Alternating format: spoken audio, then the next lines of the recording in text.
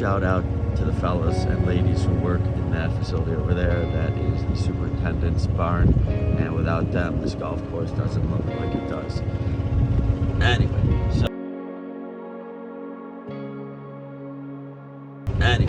So second deck, third deck, fourth deck.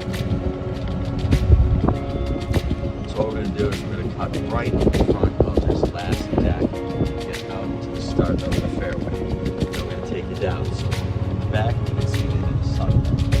This is what we're looking at on this fairway. It takes us down here to the right, and it's a heaving fairway. We got out of bounds, gung on the left, and we've got some more junk on the right. So the key thing here is to just get your ball in the fairway. I'm going to zoom in a little bit to let you see what we've got coming in. So you get up here, and then you've got to concern yourself with this crossing hazard that we're also going to see in front of the 18th tee. A lot of drives will get down in this area if they're hit well. So then your question is, do I lay up out to the right, or do I take it straight at the flag, which is right there in the distance on the left? And for the high ball hitters, there's no question you got to go right at the flag. But there's a bunker up there protecting, and so we want to make sure that we don't run into that bunker. We're getting the hang of this, kind of looking at one camera while focusing the other one. So now we're going to jump out there to the hazard looking backward, and now we're going to jump out over here. I'm going to kind of give you a sense of what this looks like. So if you're going to lay up, you can really also take a big rip at it, and even if you flare it out here to the right, you've got this great little turn in where you can even hit a runner from over here onto the green. There's that bunker we were talking about that we want to avoid, because look at that. That's about a 40-yard bunker shot. Nobody wants to have that on the first hole of the day. But if you get your ball down into this area, then you've got a pretty straightforward pitch onto the green, and it just comes down to what you can do with your short game. The green is gently sloped from back to front. It's a nice gentle handshake to get us started at the Creators Classic Social Showdown Buffalo 2020. All right, we have reached the 11th tee, and we have a decision. Are we going to the black and gold, which are on one side of the crossing hazard, or are we going to go up to the silver, bronze, and blue? We'll take you to the black and gold first and give you a sense of what's going on there. So again, there we are, looking back up number 10. We're looping around here, and if we were going to 18, we would just continue on, but that's not what we're doing. So take a look here. That is your shot out there, going over all of that junk. It's a little bit intimidating, but you know, if you're a good stick, you're just going to put it out there to the left and let the slope of the fairway bring it back. That's what it looks like in the back. That also serves to bring you from 17 green to 18 tee. Very nicely designed. Couple of trees. Very tranquil back here.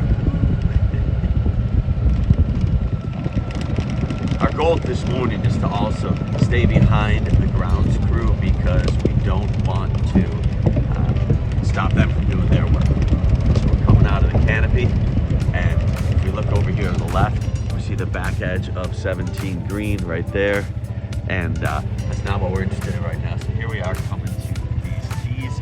That's what it's like looking from the back. Now we're coming along. We see a big water hazard, beautiful pond over there on the right. Let's stay away from that.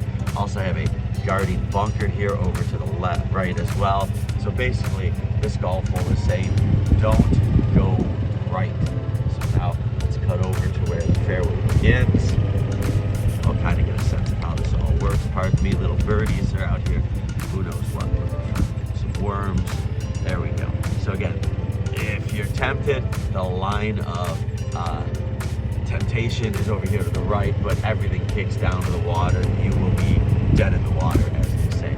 So all you want to do is basically play your ball up here to the left, keep it left in the bunker, unless you've got the stick to carry it over the left edge of the bunker, and then you're coming down into the green.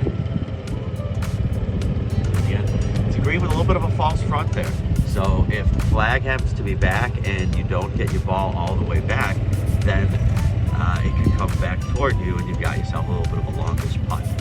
But it is a really neat hole. It's a terrific opening combo. It gets a little more demanding as we go, so kind of excited. Let's all stay away from that left side bunker, which again, you could understand might get a little action because people want to stay away from certain death in the water.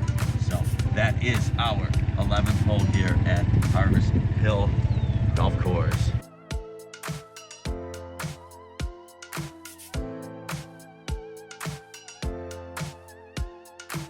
Welcome to number 12. Our back tee deck is right here, and what we're going to do is kind of come around, and then I'll shoot back over.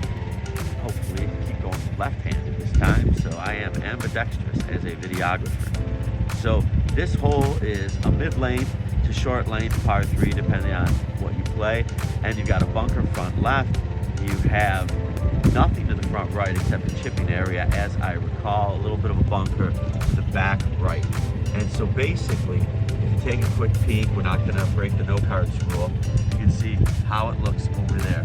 It's a very inviting green. I've seen a multiple one made here at charity events, and it is a great little hole. This one should not cause much difficulty. I expect that there might even be some birdies in our alternate shot competition, because all it takes is that person who's hitting the tee shot to get the ball on the green. But let's stay away from this front left bunker because it is treacherous. It's way below the surface level of the green, and that would make things quite difficult for an up and down. Down there to up there would not be the easiest shot in the world.